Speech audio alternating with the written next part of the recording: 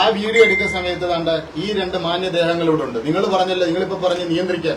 ഇത്രയും നാളും നിയന്ത്രിച്ചുകൊണ്ടിരുന്ന without evidence. പോലീസും ചോദിച്ചിരിക്കുന്നത് എന്താണ് തെളിവ്? നിങ്ങൾ പറയും മദ്യപിക്കുന്ന ഒരാൾ പറയുന്നത് എങ്ങനെയാണ് എവിഡൻസ്? അല്ല, ഞാൻ പറഞ്ഞ ഈ വിദ്യാർത്ഥി കൂട്ടുകാരാണല്ലോ, അവരുമായിട്ട് ബന്ധമില്ല. നിങ്ങളിപ്പോ പറഞ്ഞതിന്റെ റെമഡിയാണ് ഞാൻ ഈ പറയുന്നത്. അവരത് ചെയ്യുമ്പോൾ നമ്മളിവിടെ സംസാരിക്കുന്നത് ഇത്രയും ആളുകളിൽ കവർ ചെയ്യുന്നു. ഇതൊരു എവിഡൻസ് ഇല്ലാതെ ഞാൻ എന്തെങ്കിലും തോന്നിവാസം പറഞ്ഞാൽ അല്ലെങ്കിൽ എന്തെങ്കിലും എന്റെ വായി തെറ്റി വീണാൽ അതിന് എവിഡൻസ് ഉണ്ടോ? എവിഡൻസ് വേണം. അതിനു വേണ്ടിയിട്ടാണ് അന്നേരം അത് ചെയ്തത്. പറഞ്ഞു കഴിഞ്ഞാൽ മാഡം ഒരു വീട്ടിൽ ഇപ്പൊ ഒരു വീടാകുമ്പോൾ ഒരുപാട് പ്രശ്നങ്ങൾ ഉണ്ടാവും. നമ്മളെല്ലാവരും വീട് താമസിക്കുന്നത് തൊട്ടയും പിടിച്ചതിനൊക്കെ വീഡിയോ എടുത്തു വെക്കാൻ പറ്റും. അല്ല മേഡം, കഴിഞ്ഞ 6 മാസം പക്ഷെ അവളത് ചെയ്തു. എന്ന് വെച്ചാൽ എന്തോ അറിയോ, ഇദ്ദേഹത്തെ ഇറിറ്റേറ്റ് ചെയ്ത് വയലന്റ് ആക്കിക്കൊണ്ട് മനഃപൂർവ്വമായിട്ട് ഇപ്പൊ ഞാൻ മാഡത്തിനെ ഇറിറ്റേറ്റ് ചെയ്ത് പറഞ്ഞാൽ തീർച്ചയായിട്ടും തിരിച്ച് റെസ്പോണ്ട് ചെയ്യുന്ന അതേ രീതിയിലായിരിക്കുമല്ലോ. അതേ രീതിയിൽ ചെയ്തുകൊണ്ട് ഇവൻ അഗൻസ്റ്റ് ആയിട്ട് അനാവശ്യമായി വീഡിയോയിൽ എടുത്തു വെച്ചിട്ടുണ്ടെന്ന് ഞങ്ങൾ വ്യക്തമായി മനസ്സിലായി. കാരണം പോലീസിന്റെ ഭാഗത്തു നിന്ന് ബന്ധപ്പെട്ട ജുഡീഷ്യൽ ഡിപ്പാർട്ട്മെന്റ് ഭാഗത്ത് നിന്ന് അങ്ങനെ ഒരു അഭിപ്രായങ്ങളുടെ ഭാഗത്തുണ്ടായി. ഇവനെതിരായിട്ട് ഇതുപോലെ വീഡിയോസ് ഉണ്ട്. ഞങ്ങൾ പരിശോധിച്ചപ്പോൾ എന്തോ സംഭവം, ഇവൻ മദ്യപിച്ചിട്ട് വീട്ടിൽ ചെറിയ രീതിയിലുള്ള ശബ്ദം ഉയർത്തി സംസാരിക്കുന്ന മറ്റു കാര്യങ്ങളാണ്. അതൊക്കെയാണ് എവിഡൻസ്. അപ്പൊ ഞങ്ങൾക്ക് മനസ്സിലായി ഇവൾ ഏത് രീതിയിലാണ് മൂവ് ചെയ്യുന്നത്. ഞാൻ നേരത്തെ പറഞ്ഞല്ലോ, ചെറിയ കാര്യങ്ങൾക്ക് ദേശീയ വനിതാ കമ്മീഷനെ വിളിക്കുക. എന്തിനാണ്? സിസ്റ്റത്തെ ദുരുപയോഗം ചെയ്യുക. ഞാൻ പറയുന്നത് തെറ്റാണെന്ന് വേണം പറയണം. അപ്പം ആ സ്ത്രീയെ അതേ രീതിയിൽ തന്നെ ലോക്ക് ചെയ്യണമെങ്കിൽ എന്ത് വേണം? സോളിഡ് എവിഡൻസ് വേണം.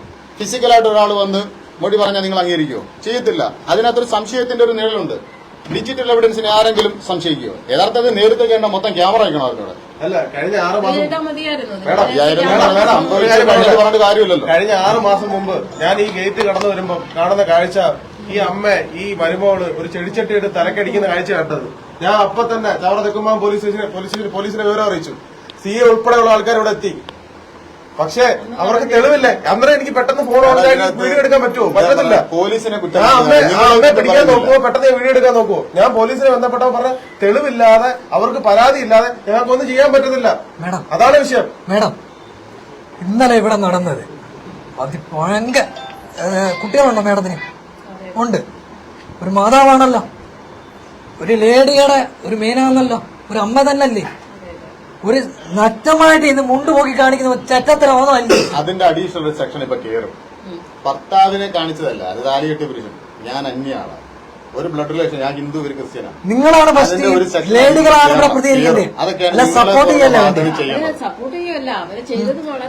അല്ല, കുറച്ചു മുമ്പ് മാഡം ഒരു സ്ത്രീ എന്നുള്ള രീതിയിൽ ഷീൽഡ് ഉയർത്തി അവരെ പ്രൊട്ടക്ട് ചെയ്യാൻ ശ്രമിച്ചുകൊണ്ടാണ് ഞാൻ ഇത്രയും പറയേണ്ടി വന്നത്.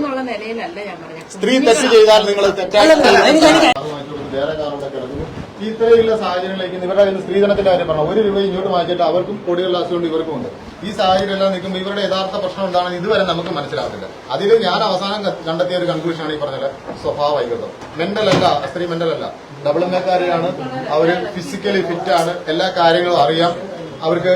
അവൾ വെൽ പ്ലാൻഡ് ആണ്, ക്രിമിനലാണ്. ഞാനിത് പറയാൻ എനിക്കതൊന്നുമില്ല. അപ്പൊ ഏറ്റവും അവസാനം ഈ പറയുന്ന പോലെ ഈ വീഡിയോയുടെ കാര്യം പറഞ്ഞു.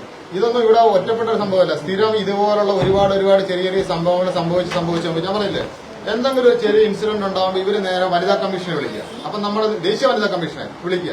അപ്പൊ അതിൽ നമ്മൾ മനസ്സിലാക്കുന്നത് എന്തുവാ? അവരുടെ ഇന്റൻഷൻ. നമ്മളൊരു ആക്ട് ചെയ്യുമ്പോൾ അതിന്റെ പിന്നിലുള്ള ഉദ്ദേശം, ഞാനിപ്പോ കമ്മ്യൂണിക്കേറ്റ് ചെയ്യുമ്പോൾ അതിന്റെ പിന്നിലുള്ള ഉദ്ദേശമാണല്ലോ പ്രധാനം. കാരണം ഇവരുടെ ഉദ്ദേശം എന്ന് പറഞ്ഞു കഴിഞ്ഞാൽ പോസിറ്റീവ് അല്ല, നെഗറ്റീവാണ്. അത് കൂടുതൽ ചിത്രം വ്യക്തമായത് ഈ അടുത്ത സമയങ്ങളിലാണ്. കാരണം കഴിഞ്ഞ ദിവസം ഈ ഹസ്ബൻഡിനെ പുറത്താക്കി കഥ അടച്ച്, അതുമല്ല ഇവരുടെ ക്രൂവൽറ്റി കാരണം ഒരുപാട് തൂങ്ങി മരിക്കാൻ കയറി, മുമ്പ് ഇരിക്കണ കത്തി കാല എടുത്തെറിഞ്ഞ് ഞരമ്പ് കട്ടായി, ബ്ലഡ് ഒരുപാട് പോയി, ബിപിയിലായ മരണപ്പെടേണ്ടായിരുന്നു. ഇതെല്ലാം രാത്രി സംഭവിക്കും. ഒരുവണ ഭക്ഷണം കഴിക്കുന്ന പോർക്കെടുത്ത് കയ്യെ കുത്തി ഇറക്കി, കയ്യെ കുത്തി പരിക്കേൽപ്പിച്ച് ഹോസ്പിറ്റലിൽ കൊണ്ടുപോവുക. ഇതൊക്കെ ഇതിൽ നമ്മൾ മനസ്സിലാക്കുന്നത് എന്തോ അവസാനം വന്നപ്പോൾ നമ്മൾ പറഞ്ഞില്ലേ, പോലീസ് ഇടപെടുമ്പോഴും ഒരു ഫാമിലി തകർക്കാനല്ലല്ലോ എല്ലാവരും നോക്കുന്നത്. നമ്മളിപ്പോഴും ശ്രമിക്കുന്നത് എന്തുകൊണ്ടാണ്? നമ്മുടെ വീട്ടിൽ ഒരു പട്ടിക്ക് പേ പിടിച്ച് നമ്മളെന്തോ ചെയ്യുന്നത്? നമ്മൾ പേ പിടിച്ചാൽ ചികിത്സയ്ക്ക് ഭേദം വാങ്ങി ചികിത്സ, അല്ലെങ്കിൽ അതിന്റെ അടുത്ത നടപടികളിലേക്ക് പോകണം. ഇപ്പൊ ഈ പറഞ്ഞ പോലീസിന്റെ കാര്യം പറഞ്ഞു. പോലീസിനെ ആരും ഈ പറയുന്നത് കുറ്റപ്പെടുന്നത് ശരിയല്ല. പോലീസ് എന്ന് പറയുന്ന നാട്ടിലെ ഒരു സിസ്റ്റമാണ്. നമ്മളിപ്പോ കമ്പ്യൂട്ടർ ഉപയോഗിക്കുന്നത് നിങ്ങൾക്കറിയാലോ, നമ്മളെല്ലാവരും കമ്പ്യൂട്ടർ ഉപയോഗിക്കുന്നതാണ്. ഇപ്പൊ ഈ കമ്പ്യൂട്ടർ നമ്മൾ അതിന്റെ ഒരു സിസ്റ്റം ഉണ്ട്. ഓൺ ചെയ്ത് കഴിഞ്ഞ് കഴിഞ്ഞാൽ അത് ഓപ്പറേറ്റ് ചെയ്തിട്ട് അതിനെന്തെങ്കിലും പ്രശ്നം ഉണ്ടെങ്കിൽ നമ്മൾ റീഫ്രഷ് ചെയ്ത് അതുപോലെ ഷട്ട് ഡൗൺ ചെയ്ത് ആ സിസ്റ്റം ഉണ്ട്. അതുപോലെ ഒരു സിസ്റ്റമാണ് പോലീസിംഗ്. അപ്പം ഈ തൊട്ടേനും പിടിച്ചതിനും ഈ മാന്തി പിടിച്ചതെന്ന് പറഞ്ഞ് പോലീസിനെ പിടിച്ചാൽ അവർക്ക് ഒരുപാട് കാര്യങ്ങളുണ്ട്. പ്രധാനപ്പെട്ട എന്തൊരു ചെറിയൊരു വിഷയം ഉണ്ടപ്പോൾ എന്നെ പോലെ അല്ലെങ്കിൽ ഇതുപോലെ പൊതുപ്രവർത്തകരെ പോലെ ആളുകൾ ഇടപെട്ട് അത് പരിഹരിക്കുന്നത്. അങ്ങനെ പരിഹരിച്ചു പോകുന്നതിന് പകരം എപ്പോഴും പോലീസിനെ വിളിച്ച് ബുദ്ധിമുട്ടിക്കുക. ഇത് ഈ കുടുംബം തന്നെ ഒരു അനാവശ്യമായ ഒരു ആഴ്ച 100 കണക്ക് തവണ പോലീസിനെ ബന്ധപ്പെട്ട് അവർക്ക് തലവേദനയായിരിക്കുക. നമ്മൾ അവിടുത്തെ പറയുമ്പോഴും ഈ സ്ത്രീ, ഞാൻ നേരത്തെ പറഞ്ഞത്, ഈ പയ്യനെ പ്രകോപനപ്പെടുത്തി അനാവശ്യമായിട്ട് അവൻ എന്തെങ്കിലും ചെയ്യുമ്പോൾ അതിനെ രഹസ്യമായിട്ട് ഇവിടെ വീഡിയോ എടുത്ത് വെച്ചിട്ട് ഇവനെ ഭീകരവാദിയായിട്ട് ചിത്രീകരിച്ച് വെച്ചിരിക്കുകയാണ്. ഇതെല്ലാം വ്യക്തമായിട്ട് എനിക്ക് ബോധ്യപ്പെട്ടിരിക്കുകയാണ്. അപ്പൊ ഈ പിന്നെ അക്രമത്തിലേക്ക് അവൾ കൂടുതൽ കടന്ന് ഈ തള്ളയും മോനെ ആ പയ്യന്റെ പ്രസവിച്ചു നോക്കണം, ദേഹം മൊത്തം പരിക്കുകളും പാടുകളുമാണ്. തിരിച്ച് ആ സ്ത്രീകളെ നോക്കണം, ഒരു പാടില്ല. ഇത് നേരെ തിരിച്ചായിരുന്നെങ്കിലോ ഇന്ന് അവനപ്പം ജയിലിൽ പോയി കിടന്നേനെ. ഈ കഴിഞ്ഞ ദിവസം ഞാൻ പറഞ്ഞില്ലേ, ഇവനെ ഞാനിവിടെ രാത്രി 10 മണി കഴിഞ്ഞപ്പോൾ വീടിനെ പുറത്താക്കിയിട്ട് അവന്റെ അമ്മയുടെ പേരിരിക്കുന്ന വീടാണ്. സ്ത്രീയെ അല്ല പുറത്താക്കിയത്, ഭർത്താവിനെ പുറത്താക്കിയിട്ട് ഭാര്യ കഥ കടച്ചിട്ട് അവന്റെ ഡ്രസ്സും കിടക്കുന്ന മെത്തയും എല്ലാം വാരി വെളിയിൽ കളഞ്ഞിട്ട്. അപ്പൊ എനിക്ക് അത്രയും സ്വാതന്ത്ര്യമായിട്ട് ഞാൻ പറഞ്ഞിട്ട് പോലും കേട്ടില്ല, കഥ ഉറക്കത്തില്ലെന്ന് പറഞ്ഞു. പിന്നെ ചീത്ത നമുക്ക് ഊഹിച്ചാണ് ഒരു സ്ത്രീ പറയാൻ ഊഹിക്കാൻ അപ്പുറത്ത് അവർ പറഞ്ഞത്. അതിനുശേഷം പിന്നെ കഴിഞ്ഞ ദിവസമാണ് ഈ വിഷയത്തിലേക്ക് വന്ന് ഈ വീഡിയോയിലേക്ക് ഇവിടെ ഈ സംഭവം ഇവിടെ നമ്മോട് തെളി അവർക്ക് അവരുടെ വീഡിയോ ടി വി കണ്ട ഞങ്ങൾ രണ്ടും അവിടെ നിൽക്കുകയാണ്. അപ്പൊ അതാ ഞാൻ പറഞ്ഞേ, അന്യപുരുഷനായ ഞാൻ നിൽക്കുമ്പോൾ ഒരു സ്ത്രീ അവിടെ ഉടുവസ്ത്രം പൊക്കി കാണിക്കണമെങ്കിൽ അവരുടെ സംസ്കാരം ടീച്ചറാണ്, ഡെവലപ്മെന്റ്കാരിയാണ്. പഠിപ്പിച്ചുകൊണ്ടിരുന്ന ഹോളി സ്കൂളിൽ നിന്ന് അവരുടെ സംസ്കാരം അല്ല പ്രവൃത്തി കൊണ്ട് അവിടുന്ന് പുറത്താക്കി. ഏത് ക്ലാസ്സിലെ വിദ്യാർത്ഥികളൊക്കെ അതിനെ പറ്റി പഠിപ്പിക്കുന്നത് അവിടെ നിന്ന് എന്തായാലും പുറത്താക്കി. ഇപ്പൊ രണ്ടാമത് അതിനുശേഷം ഇത് 2 ജോലിയും ഈ ഹസ്ബൻഡ് വാങ്ങിച്ചു കൊടുത്തുക. രണ്ടാമത് ഈ ചവറയില് ലൂർദ് മാത ഇംഗ്ലീഷ് മീഡിയം സ്കൂളിലായിരുന്നു. അപ്പൊ അവർ പുറത്താക്കിയെന്ന് പറയുന്നിട്ടു. അതിനുശേഷം അന്ന് ഉച്ചയ്ക്ക് അവന് സുഖമില്ലാതെ ഹോസ്പിറ്റലിൽ കൊണ്ടുപോയി. ടോൺസിലൈറ്റിസിന്റെ പ്രശ്നമായിരുന്നു. ഇവിടെ പടപ്പനാലിൽ അടുത്ത് ലോറഷ് ഹോസ്പിറ്റലിൽ കൊണ്ടുപോയി ട്രീറ്റ്മെന്റ് ചെയ്തിട്ട് ഉച്ചയ്ക്ക് തിരിച്ചു വരുമ്പോൾ ഞങ്ങളുടെ ഇവിടെ കാണുന്ന ഈ അമ്മയെ അടിച്ച് പുറത്താക്കി ചോരയിലിപ്പിച്ചുകൊണ്ട് വെളിയിക്കുകയാണ്. അപ്പോൾ നമ്മൾ വീട്ടിനകത്തോട് കയറാൻ പറ്റുന്നില്ല. വീട് അവർ കുറ്റിയിട്ട് അവിടെ കസ്റ്റഡി വെച്ചിരിക്കുകയാണ്. നമ്മൾ പോലീസിനെ ബന്ധപ്പെട്ട് കൃത്യമായ പോലീസ് ഇടപെടൽ നടത്തി അവർ വന്നു. നമ്മളവരെ ഹോസ്പിറ്റലൈസ് ചെയ്തു, കൃത്യമായി കംപ്ലൈന്റ് ഫോർവേഡ് ചെയ്തു. പോലീസ് നിങ്ങൾ കണ്ടല്ലോ, എഫ്ഐആർ ഉണ്ടല്ലോ, അതിനകത്ത് ഒരു വിട്ടുവീഴ്ചയും കാണിച്ചിട്ടില്ല. എവിഡൻസും കൊടുത്തു, കൃത്യമായി മൊഴിയും കൊടുത്തു. കൃത്യമായ സെക്ഷൻ വന്നിട്ടുണ്ട്, 294B വന്നിട്ടുണ്ട്. നമ്മൾ പരാതിയിൽ ഉന്നയിച്ച കാര്യങ്ങളാണ് ചീത്ത വിളിച്ചത്. അവർ 294B ഇട്ടിട്ട് 323 ഇട്ടിട്ടുണ്ട് ദേഹോദ്രവിപ്പിച്ചതിന്. അത് കഠിനമായി പറഞ്ഞാൽ കൊല്ലണം ഉദ്ദേശിച്ചോടെ ചെയ്യുന്ന 324 ഇട്ടിട്ടുണ്ട്. കൊല്ലാൻ ശ്രമിച്ചതിന് 308 ഇട്ടിട്ടുണ്ട്. പിന്നെ ഇതിലെല്ലാം പിന്നെന്തുവാ? അതേപോലെ തന്നെ സീനിയർ സിറ്റിസൺ ആക്ട് 24 എല്ലായിടത്തും എടുത്ത് ഉപയോഗിക്കുന്ന ഇട്ടിട്ടുണ്ട്. 506 ഇട്ടിട്ടുണ്ട്. ഇതിൽ കൂടുതൽ പിന്നെന്തോ വേണം? പോലീസ് കൃത്യമായ ആക്ഷൻ എടുത്തിട്ടുണ്ട്. അവർക്ക് റിമാൻഡ് റിപ്പോർട്ട് എഴുതാണ്ട് ഇവിടെ ഹാജരാക്കിയിട്ടുണ്ട്. അത് അടുത്ത ജുഡീഷ്യൽ അതിന്റെ സിസ്റ്റം അവർ കൃത്യമായി ചെയ്തോളും. അപ്പൊ നിങ്ങൾ ചെയ്യേണ്ടതെന്ന് പറഞ്ഞു കഴിഞ്ഞാൽ ഇതുപോലുള്ള കാര്യങ്ങൾ ഉണ്ടാകുന്ന സമയത്ത് അല്ലെ ഉണ്ടാകാതിരിക്കാൻ വേണ്ടി നമ്മൾ ശ്രദ്ധിക്കാറുണ്ട്. അപ്പൊ ഞാൻ നേരത്തെ ഇപ്പൊ സംസാരിച്ചപ്പോൾ അവരുടെ സംസാരിക്കുക വേറൊന്നും കൊണ്ടല്ല, നമ്മളെ സിസ്റ്റത്തെ ദുരുപയോഗം ചെയ്യുക. അവർ സ്ത്രീകളെ പ്രൊട്ടക്ട് ചെയ്യുന്ന സംസാരം, സ്ത്രീകളെ പ്രൊട്ടക്ട് ചെയ്യുമ്പോഴാണ് അവർക്ക് അതിനുള്ള അവകാശം ഉണ്ടായിരിക്കുമ്പോഴാണ്. ഇതേപോലെ സ്ത്രീകളെ പ്രൊട്ടക്ട് ചെയ്യുകയല്ല വേണ്ടുന്നത്, അവരെ പ്രത്യേകം തുറങ്കലിലടച്ച് നമ്മൾ ഈ പറഞ്ഞ നമ്മൾ നേരത്തെ പറഞ്ഞില്ലേ, അക്രമകാരികളെ നമ്മൾ എന്ത് ചെയ്യുന്നത്? അക്രമകാരിയായ ഡോഗ് ഉണ്ടല്ലോ, വന്യമൃഗം ഉണ്ട്, എന്ത് ചെയ്യുന്നത്? അതിനെ നമ്മൾ എപ്പോഴും തുറന്നു വിടത്തില്ല, അടച്ചിട്ട്. ഇവിടെ ഒരു പട്ടിയുണ്ട് ലാബ്, അവനെ അന്ന് എപ്പോൾ തുറന്നു വിടാത്ത എന്താ? അവനാരെങ്കിലും അവർ ചില കടിക്കും എന്ന് പറഞ്ഞാൽ ഇങ്ങനെയുള്ള സ്ത്രീകളെ എന്തിനാ അങ്ങനെ കൈകാര്യം ചെയ്യണം. ഇപ്പൊ കുട്ടികളുടെ കാര്യം പറഞ്ഞു, കുട്ടികളുടെ ഇമോഷൻ ആരും മുതലെടുക്കാൻ ഇതിനകത്ത് ശ്രമിച്ചാൽ നടക്കത്തില്ല. കാരണം ഇവർ ഇപ്പൊ തന്നെ ഓൾറെഡി ഞങ്ങള് ചവറവാറിലെ അഡ്വക്കേറ്റ് സിദ്ധി മുഖാന്തരം ഡിവോഴ്സ് ഫയൽ ചെയ്തിട്ടുണ്ട് ഓൾറെഡി. ഇപ്പൊ 3 ദിവസമായിട്ട് ഇവരുടെ ഈ ഡൊമസ്റ്റിക് വയലൻസ് ആക്ട് പ്രകാരം ഒരു പ്രൊട്ടക്ഷൻ ഓർഡർ വാങ്ങിക്കാൻ വേണ്ടി ഇരുന്നപ്പോഴാണ് ഈ സ്ത്രീ തന്നെയാണുള്ള ഇതിനെല്ലാം കൂടി ഒരുമിച്ചുള്ള ഒരു സൊല്യൂഷൻ അവർ ഉണ്ടാക്കി തന്നത്. ഇനിയിപ്പോ ഇവർക്ക് വേണ്ടെന്ന് പറഞ്ഞാൽ അവർക്ക് ഇനി എത്ര നാളെന്ന് അറിയത്തില്ല. അവർക്ക് സമാധാനമായിട്ട് ജീവിക്കണം, സമ്പത്തുണ്ട്, കാര്യങ്ങളുണ്ട്, വീട്ടിൽ ജോലിക്കാരുണ്ട്, അവരവരുടെ വഴിക്ക് ചെയ്തോളും. ഇപ്പം അമ്മയും മകനെ ഉപദ്രവിക്കാൻ അവർ ഇങ്ങോട്ട് വരരുത്. ഒരു പുരുഷൻ അല്ലെങ്കിൽ സ്ത്രീക്ക് എപ്പോഴാ ഡിവോഴ്സിന് നമ്മളെ ഗ്രൗണ്ട് ഉണ്ട്, അതിൽ ഒരെണ്ണമാണല്ലോ ഈ ക്രൂവൽറ്റി, അത് അവർക്ക് കിട്ടിക്കോളും. ഇപ്പൊ മീഡിയ, ഞാൻ അവരോട് അതുകൊണ്ടാണ് മീഡിയ ആയാലും ബാക്കിയുള്ള സിസ്റ്റം ചെയ്യേണ്ടതെന്ന് പറഞ്ഞു കഴിഞ്ഞാൽ അത് പ്രോപ്പറായിട്ട് വർക്ക് ചെയ്യാൻ വേണ്ടി ഇത്രയും പേര് ഇവിടെ വന്ന് ചെയ്ത കാര്യങ്ങളല്ല നല്ല കാര്യത്തില്ല. പക്ഷെ അതെല്ലാം പോസിറ്റീവുള്ള കാര്യത്തിലാണ്. അല്ല ഈ സ്ത്രീകളെ സംരക്ഷിക്കുന്ന നിയമങ്ങളോ അല്ലെങ്കിൽ പോസ്കോ കേസ് ഇത്രയല്ലേ? കഴിഞ്ഞ ദിവസം പോസ്കോ കേസ് കിട്ടിയാൽ നോക്കി, നിങ്ങൾക്ക് തന്നെ അറിയില്ല, അത് ആയിപ്പോയി, അതിന്റെ നടപടിയിലേക്ക് പോയി, അല്ലെങ്കിൽ മീഡിയ കവറേജ് വന്നാൽ പിന്നൊരിക്കലും അത് തിരിച്ചു വരെ എളുപ്പമല്ല.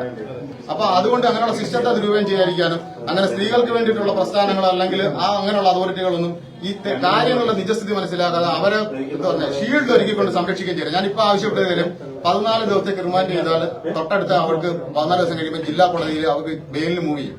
നിങ്ങളെ കൊണ്ട് ചെയ്യാൻ പറ്റുന്ന കാര്യം പറഞ്ഞു കഴിഞ്ഞാൽ തൽക്കാലം കുറച്ച് നാളകത്ത് നിൽക്കട്ടെ. ഇതിന്റെ ചാർജ് ഷീറ്റ് കൊടുക്കാൻ സമയമുണ്ടല്ലോ, കൊടുക്കട്ടെ. അന്ന് കുറച്ച് നാളെ കിടന്ന് മാനസാന്തരം വരട്ടെ. അവർക്ക് ജീവിക്കാനുള്ള ചുറ്റുപാടും കാര്യമുണ്ട്, അവർക്ക് ആ ട്രീറ്റ്മെന്റ് ആവശ്യമുണ്ട്, കൊടുക്കട്ടെ. ഇതൊക്കെ എനിക്ക് പറയാനുള്ളൂ. അല്ലാതെ ഇനി അവരെ തൂക്കിക്കൊണ്ടാണെന്ന് നമ്മൾ പറയുന്നില്ല. പക്ഷേ ഒരു കാര്യം ഉണ്ടാവും, ചികിത്സ. ആ ചികിത്സയാണ് ഇപ്പൊ ആവശ്യം. അത് മെന്റൽ ചികിത്സയല്ല, അതിന് ബാക്കിയുള്ള ചികിത്സകളുണ്ട്. അതിന് മെന്റൽ ആക്കി എടുക്കാൻ കുറെ പേര് ശ്രമിക്കും. അവർക്ക് മെന്റൽ ഒന്നുമില്ല, പൂർണ്ണ ഹെൽത്തിയാണ്, സ്വഭാവ വൈകൃതമാണ്. പിന്നെ കഴിഞ്ഞ ദിവസം 2 മണി തൊട്ട് നടക്കുന്ന ഈ പ്രശ്നം കോംപ്രമൈസ് ചെയ്യാൻ വേണ്ടിയാണ് ഞങ്ങളെ പലതവണ പലരെയും കൊണ്ടും ബന്ധപ്പെട്ട് കോംപ്രമൈസ് ചെയ്ത് ഈ പ്രശ്നം എങ്ങനെയും പരിഹരിക്കാൻ വേണ്ടി ശ്രമിക്കുന്നത്.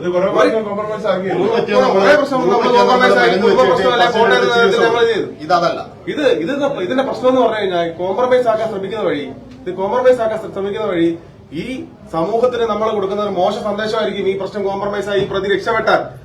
ഞാൻ പറഞ്ഞില്ലേ, ഞാൻ കഴിഞ്ഞ 6 മാസത്തിന് മുമ്പ് ഈ സംഭവം കാണുമ്പോ എന്റെ കയ്യിൽ തെളിവില്ല എനിക്ക് ഇത് കൊടുക്കാൻ. കാരണം തെളിവില്ലാത്ത ഒരു കാര്യത്തിൽ നമുക്ക് ബന്ധപ്പെടാൻ പറ്റാത്ത സാഹചര്യമുണ്ട്. അങ്ങനെ ഈ ഇവരെ എല്ലാരെയും ഓരോരുത്തരും അവരുടെ വീടുകളിൽ നിന്ന് ബന്ധപ്പെട്ടിട്ട് ഈ പ്രശ്നം കോംപ്രമൈസ് ചെയ്യണം. 2 കുട്ടികളെ ഓർത്ത് രണ്ട് കുട്ടികളുണ്ടെങ്കിൽ കുട്ടികളെ നമ്മൾ സംരക്ഷിക്കണം. കുട്ടികളെ സംരക്ഷിക്കണം എന്നുള്ള നിലപാട് നമുക്ക് ഒരു കാരണവശാലും ഇല്ല. പക്ഷേ ഇത്തരത്തിലുള്ള ഒരു കുറ്റവാളിയായ ഒരു സ്ത്രീ ഒരിക്കലും രക്ഷപ്പെടരുത്. നമുക്ക് എല്ലാവർക്കും അച്ഛനും അമ്മമാരും ഉണ്ട്. നാളെയും നമ്മുടെ സമൂഹത്തിൽ വാർത്ത ഉണ്ടാകുമ്പോൾ മാത്രം പ്രതികരിക്കാൻ പോകരുത്. ഈ സംഭവങ്ങൾ ഉണ്ടാവാതിരിക്കാനുള്ള മുൻകരുതലുകൾ എന്ന് പറഞ്ഞാൽ ഇത്തരത്തിലുള്ള ആൾക്കാർക്ക് കർശന ശിക്ഷ ഭരണകൂടത്തിൽ നിന്ന് വാങ്ങിക്കൊടുക്കുക എന്നുള്ളതാണ്. സർക്കാരും സംവിധാനങ്ങളും കൃത്യസമയത്ത് തന്നെ ഇടപെട്ട് ഇതിന് വേണ്ട നടപടികൾ അവർ സ്വീകരിച്ചു. ഇന്നലെ ഇവരുടെ വീട്ടുകാരുടെ ഭാഗത്തുനിന്ന് ഇവിടെ കുടുംബത്ത് വന്ന് പ്രഷർ ഉണ്ടായിട്ട് പോലും പോലീസ് കൃത്യമായി തന്നെ ഉന്നതാധികാരികൾ ഇടപെട്ടതിനാൽ എഫ്ഐആർ രജിസ്റ്റർ ചെയ്ത് ആണ് ഇവരെ അറസ്റ്റ് ചെയ്ത് ഇവിടുന്ന് കൊണ്ടുപോയതിനു ശേഷം ഈ ജെയ്സനെ നിരന്തരം ഇവരുടെ വീട്ടുകാരിൽ നിന്ന് ബന്ധപ്പെട്ടുകൊണ്ട് ഈ പ്രശ്നം കോംപ്രമൈസ് ചെയ്യണം. ഈ പ്രശ്നവുമായി ബന്ധപ്പെട്ട് ഈ കുറ്റവാളി രക്ഷപ്പെട്ടാൽ ഈ സമൂഹത്തിലും ഇവരുടെ വിദ്യാർത്ഥികളായിട്ടുള്ള വിദ്യാർത്ഥികൾക്ക് പോലും കൊടുക്കുന്ന സന്ദേശം വളരെ മോശമായിരിക്കും.